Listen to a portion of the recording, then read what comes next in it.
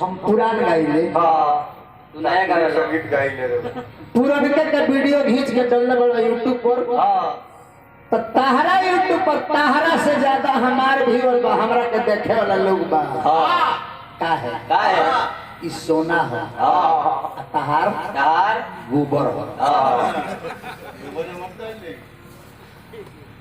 पूछो तारे की जानकारी रविंद्र भाई पाड़ी कोई के कहल जाला भैंस के कहल जाए उनका पता नहीं के रविंद्र भाई भैंस के पाड़ी कहल आए तेरा के बताएंगे कैसे तारा कुमारी में देवी में अंतर नहीं खेल ना जेकर बियाह ना हो रहला ओकरा के कुमारी कहल जाला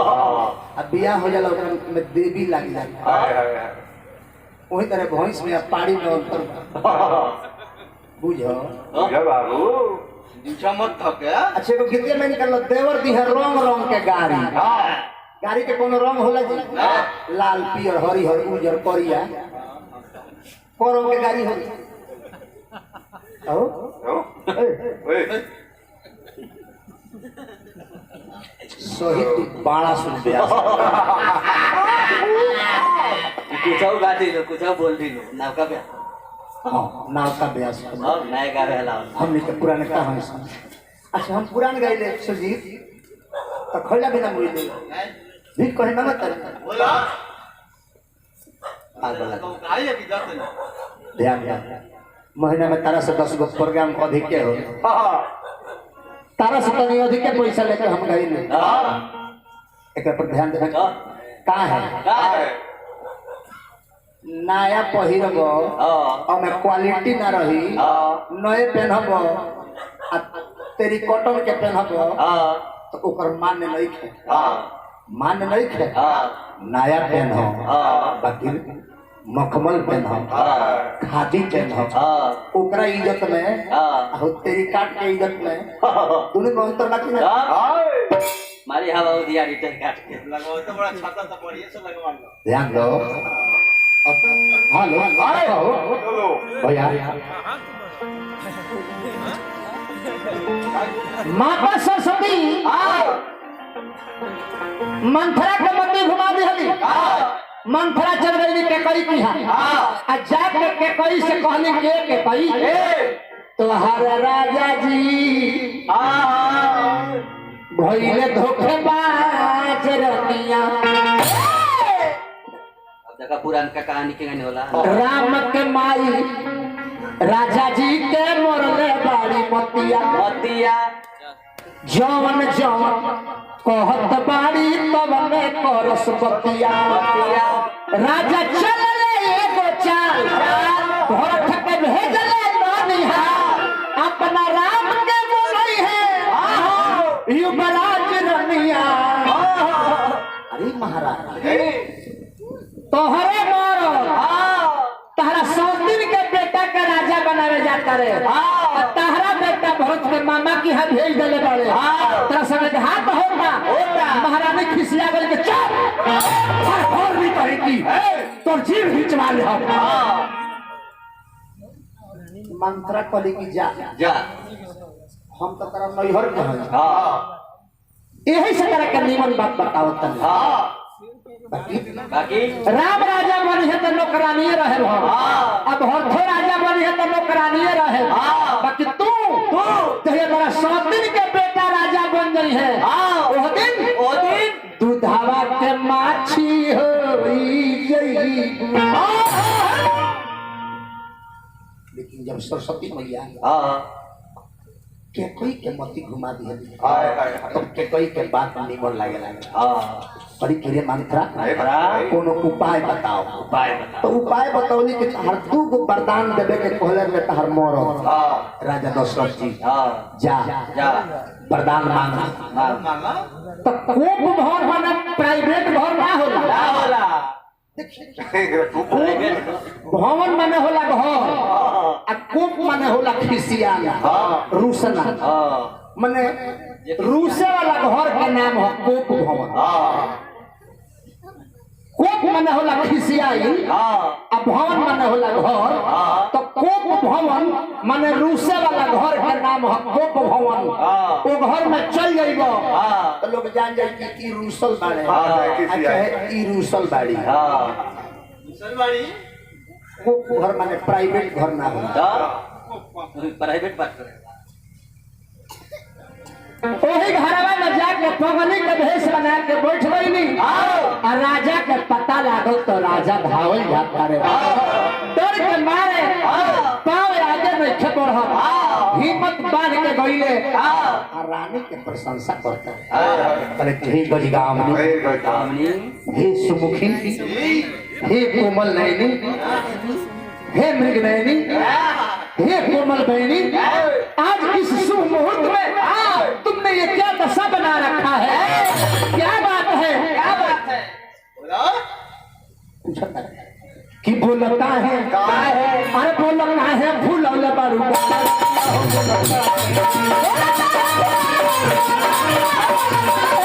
बोलता है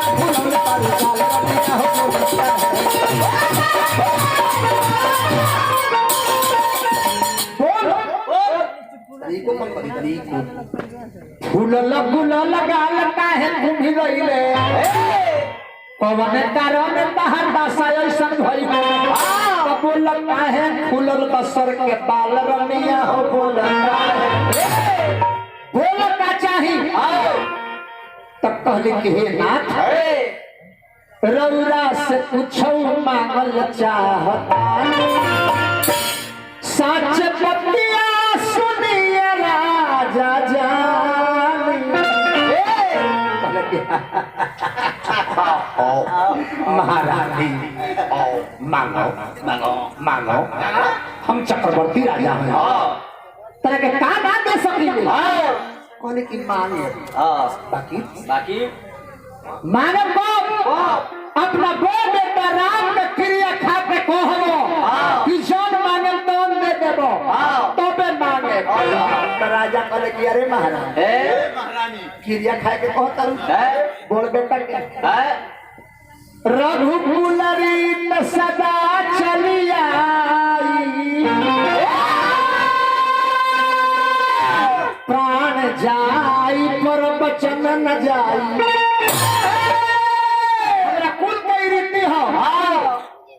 कि मुंह से बात निकल जाला पूरा कोई जाला मांगो मांगो तू का मांगोता चल हम तो दे हो तो मांगो तारी सुनहु प्राण प्रिय भावत जी का अतेहु एक बर भरत ही टीका राजा हौसल है बोले कि अरे महाराज इतने खातिर मुंह फुलौले भरत के राजगद्दी खातिर जा राम राजा ना बनी है भरत राजा बनी है आज हम छाती पीट के कहता नहीं कि भरत के राजगद्दी दी आई बोलो बोलो अच्छा और क्या बोलो कहले कि दूसर का प्रदान दूसर वर मांगहु कर जोरी अपूर्व नाथ मनोरथ मोर पहिल का प्रदान मांगली देखी ध्यान दी रामायण का हो रामायण से बोले के चले के खाए के रोहे के सबके लूट सीखल जाला पहिल का वरदान मांगली तो हाथ जोड़ के ना मांगली ना आ दूसरा का मांगो तरी तुम दूसर वर मांगहु कर जोरी पूर्व नाथ मनोरथ मोर तापस भेष विशेष उदासी 14 बरस राम वनवास जब राजा सुनले कि राम के 14 बरस खातिर वनवास मांगो तारी छाती में मुक्का मार के धरती पर गिर गए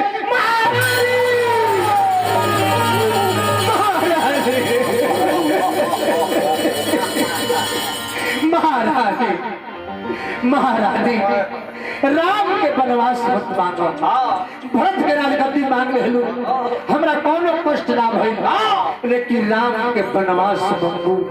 त तहार सुहाग गुजर जाए। राजा हाथ जोड़ता रे, रानी के पाप पकड़ता रे, लेकिन रानी कहले कि हे राजा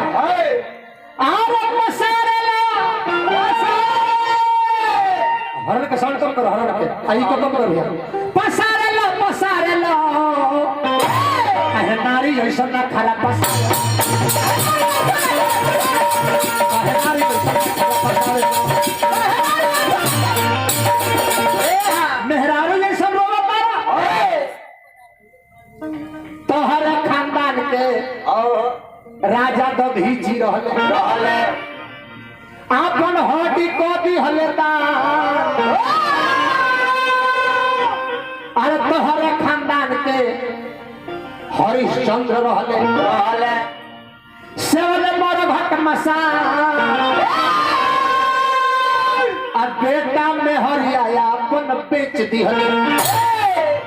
तू इतनी वाली बात खाती आज आंसू गिरा होता। अरे महाराज देवे के बात तो दे दो ना तो कह दो कि ना दे। बोला राजा उदास धरती पर गिरल बाड़े, सुबह के समय भइल, इंतजार होता कि राजा 8 बजे गई अभी ले ना होइले। राम जी के पता लागल भगवान राम जाता है, देखो तानी कि बाबूजी धरती पर गिरल बाड़े, माई से पूछता नहीं कि माई देखो देखो भैया, माई से पूछता नहीं कि माई बताओ बाबूजी के ऐसा दशा काहे में। तो माता के कोई सब बात राम से बताओ तारी कि राम तहरा के राजा बनावल जाता हो, तारा पिता से भरत के राजगद्दी मंगले बानी, तहरा खातिर 14 वर्ष के वनवास मंगले बानी, तहर बाबूजी वचन हार गइल बाड़े, और तहरे शोक में धरती पर गिरल बाड़े। राम एको बेर ना पूछले अपना बाबूजी से कि राम हे पिताजी हमरा संगे ऐसा अन्याय काहे होता। कहाँ गइली राम जी? कौशल्या के गया, कौशल्या भैया आरती उतारे। अरे बाप रे बाप मुआ नगरे भाई हम देख लो भैया कौन माइक सुटिया था भैया, हरणवा के साउंड कम कर दो भैया, भैया ऑपरेटर भैया हरण के साउंड कम कर, डिस्टर्ब हो जाता बड़ा दुख, जैसे बुझा कि कॉलेज में केहू भाला मार देता।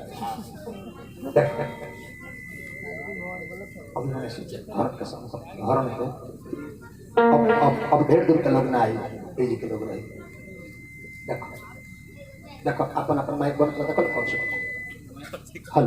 कौन हो कौन खाना पर बंद हो, हाँ वो है माइक।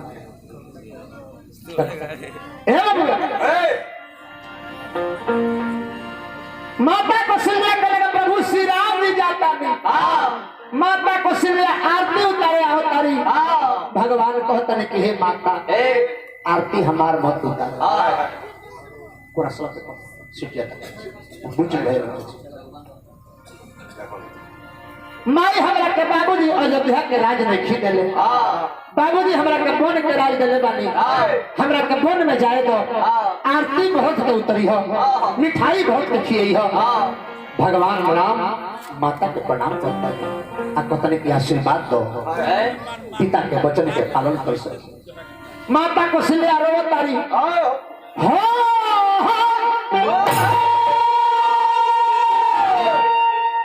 रोली कौशल्या राम जी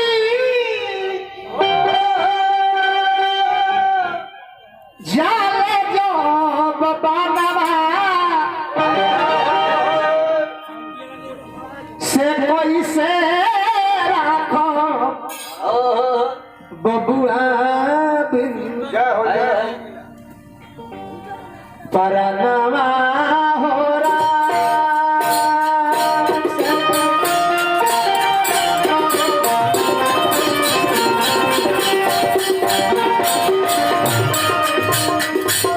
से कोई से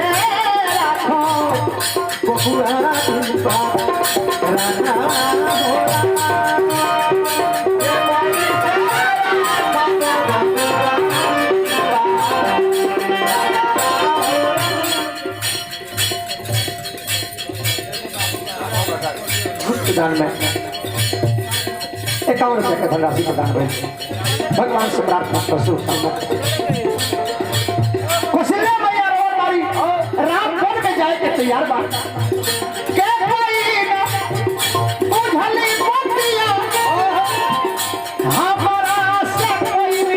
भक्तिया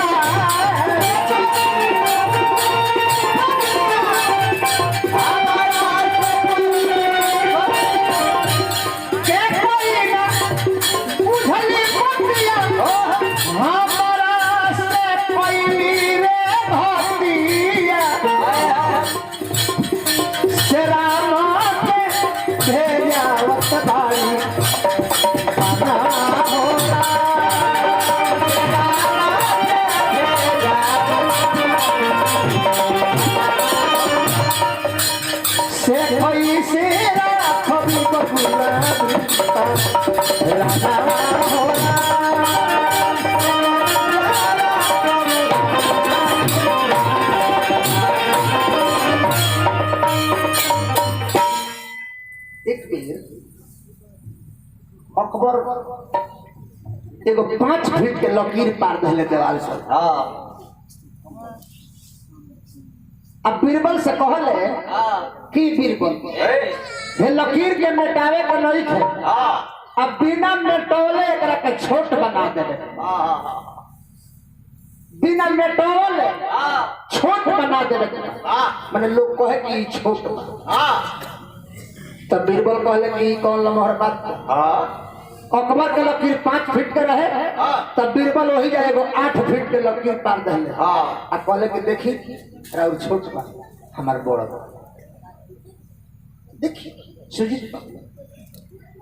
राउर क्वालिटी यदि नीमन बा तो दूसरा के शिकायत ना करो, दूसरा पर कटाक्ष ना करो तो वो राउर जम जाए। बाकी को क्वालिटी रही तो कोह तारो केस और बेच तारो गोबर। ध्यान दो ए महाराज, भगवान चली तो कहले कि राम, कौशल्या मैया कहले कि राम मुझे भी अपने साथ ले चल, मैं तेरे बगैर रह नहीं सकती। तो राम जी समझाओ तने की माई सत्य स्त्री खातिर सबसे उच्च सेवा हो पति सेवा। अयोध्या में रहो पति के सेवा करो, यह तार धर्म बा। ये का कहता रे का मौगी शिकायत करती है कि हमारे भतार हमरा के नइखे मार, इज्जती घर के औरत करो मर्द को शिकायत करी ना कर। ध्यान हे महाराज, राम जी प्रणाम में कमैया के चलनी तो सीता मैया रास्ता रोकली, कहली कि हे नाथ अरे बोलौले चली राजा जहाँ चाहत बानी रौरा, अरे बोलौले चली राजा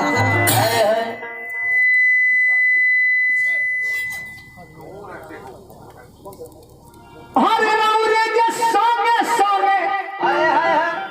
रही हमारा पौरा, बोलौले चली राजा। भगवान कहने की सीता तू कहाँ जाइबू, जंगल के कष्ट तरह से बर्दाश्त ना। तो सीता मैया कहली कि हे नाथ पत्नी के ही धर्म ना हो, ये पति सुखी बा तो पत्नी साथ देती है, अब पति पर दुख पड़ गई तो पत्नी साथ छोड़ दे। मोरावा के साथ जब न छोड़े ले मोरनिया, अरे छोड़े ले मोरनिया तो काहे छोड़ी हो, काहे छोड़िए पिया साथ दुल्हनिया। कैसन को बानी जहाँ रहो तहाँ हमहू रहो, खाए तो हमहू खाए, ना खाए रहुआ तो हमहू ना खाए। रौरा से कहतानी बात मोर मानी, शिव जी के साथ नाही छोड़ेली भवानी, चंदवा के साथ नाही छोड़े ले चंदनिया, अरे छोड़े ले चंदनिया तो काहे छोड़ी हो, काहे छोड़िए पिया साथ दुल्हनिया। ये मालिक कहले कि ना ले जाए। तो एक बात सुनी, जीव बिनु देह नदी बिनु बारी, वैसे ही नाथ पुरुष बिनु नारी। खूब सुंदर देह होखे, आई में से जीव निकल जाओ तो देह कोनो काम के बा ना। कितनो गहीर नदी होखे और में पानी ना होखे तो नदी कोनो काम के बा ना,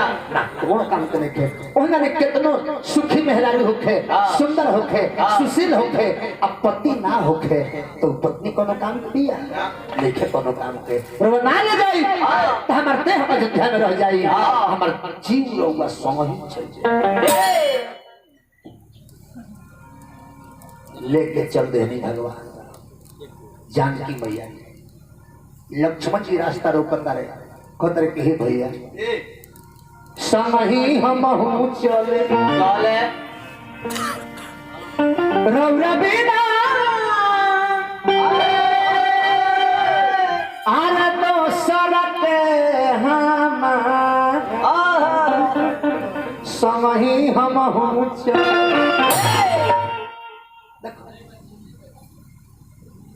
सुजीत बाबू एक कहीं को चेमनी में से 2 गो ईंटा निकलेला, ईंटा दोनों हो, दोनों एके दाम लागल बा, एके वजन बा, लेकिन कोनो कोनो ईंटा भाग्यशाली हो जाला तो जाके मंदिर में लग जाला कि ना। ऊपर जल चढ़ेला लोटा से, फूल अगरबत्ती धूप जलेला, वही में से कोनो के ईंटवा के भाग बिगड़ जाला तो जाके मुखिया जी के शौचालय में लग जाला। में जल चढ़ेला लेकिन बाल्टी के जल पूजा के बाद तो हमहू प्यासे हो तू प्यासे हो, दोनों ईंटवे हो, हमहू प्यास है तू हो, लेकिन अंतर बा, कुछ ना कुछ अंतर है। गुरु जी के सेवा करी, दूगो गीत सीख लेबो,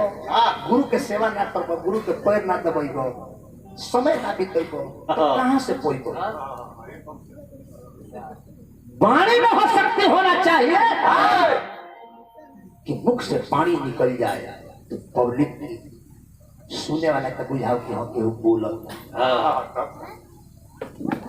महाराज ध्यान दो। ए महाराज लक्ष्मण जी कहने कि हम संगे चलो, भगवान कहने की जा सुमित्रा मैया से पूछ के आओ। पहले सुमित्रा मैया लग ही आगे करके हम राम तू क्या समझता है लक्ष्मण को मैं मना कर दूंगी? नहीं, मेरा तो भाग्य है कि मेरा पति मेरा पुत्र आपका सेवक है, लेकिन हाँ एक वादा करो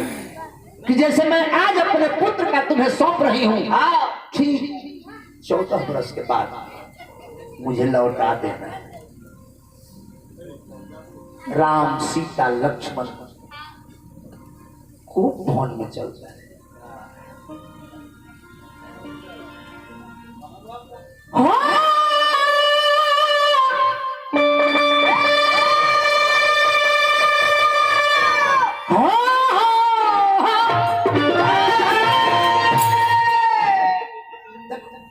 खाना सब क्यों बनावेला? सुमित बाबू सब मेहरू खाना बनावेला, सब मेहरारू खाना सब बनावेला, लेकिन कोनो कोनो मेहरारू ऐसा बड़ी कि तेल मसाला नहीं रही तब वो इतना निमन सब्जी बनाती है कि लोग कहती वाह बड़ी गम कतारी तनी अंगुरियों बोल के चाटे के मिल जाती तो ठीक रहे। अब कोनो कोनो बाड़ी सो तेल मसाला मरीचा गरम मसाला सब दे दो, उनमें अपना लोग से कुछ मटेरियल डाल के बना दी हसन, लार पोटा थूक खटार सब मिला के बना दी हसन, देखते मन भी नहीं जाए।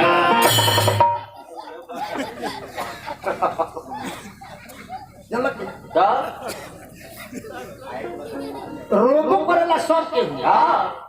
मर्दो रोले हाँ मेहरारू रोले हाँ लेकिन लयदार मेहरारू रोई तो लोय में रोई लोय में ये ना मर्द मादी लू तो कोना में बैठ के रोई हाँ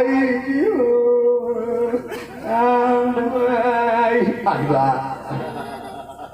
ई मेहरारू रोले दिस हाँ आया कहो को बड़ी सब बेसुरा हाँ जेना तुम बड़ो कहो को बेसुरा बड़ी सब हाँ डोली आके दुआरी पर लागल बा लागल बा सखी लोग चढ़ावे जाता हाँ। और बेसुरे रोई आई भाई हो आई भाई हो गांव के लोग कहे कि गांव छोड़ के कहिया जाई हो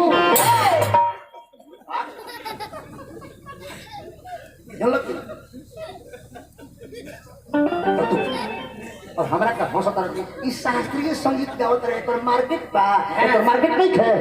एकर मार्केट नहीं खे पागल आदमी कहीं का ध्यान दो हमका कर राम लक्ष्मण जानकी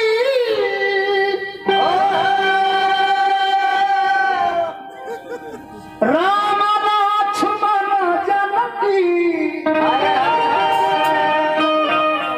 चलतार संगवा करण रे गईले अपना पिता के प्रणाम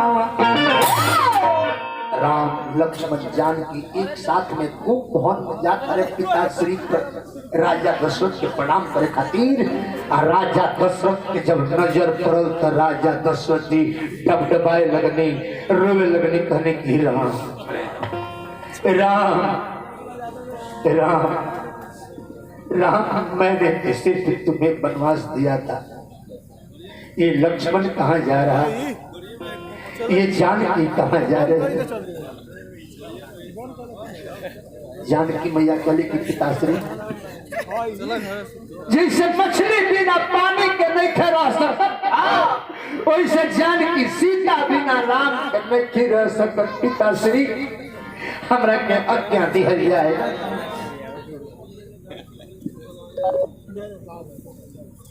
दशरथ जी के आदेश होता है टाइम देखो जाए टाइम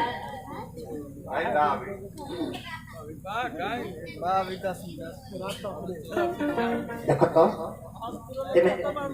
हमरा बात को लोग हंसता एमे एकहू शब्द हम बोलता नहीं तू हर बात एको गो टाइम होइए गइल बा टाइम हो गइल लो टाइम हो गइल बटे लयदार का टाइम हो गइल बा तो